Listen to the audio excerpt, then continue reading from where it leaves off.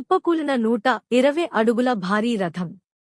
120 అడుగుల ఎత్తైన రథం కుప్పకూలిన ఘటన కర్ణాటకలోని ఆనేకల్ తాలూకా హుస్కూర్ మద్దూరమ్మ జాతరలో చోటు చేసుకుంది. చుట్టుపక్కల గ్రామాల ప్రజలు ఆ జాతరకు ఏటా తమ ఊరి రథాన్ని తీసుకొస్తుంటారు. శనివారం సాయంత్రం తీసుకొచ్చిన 120 అడుగుల ఎత్తైన దొడ్డనగరమంగళ రథం ఈదురుగాలులకు కూలిపోయింది. ఈ ఘటనలో ఒకరు చనిపోయారు.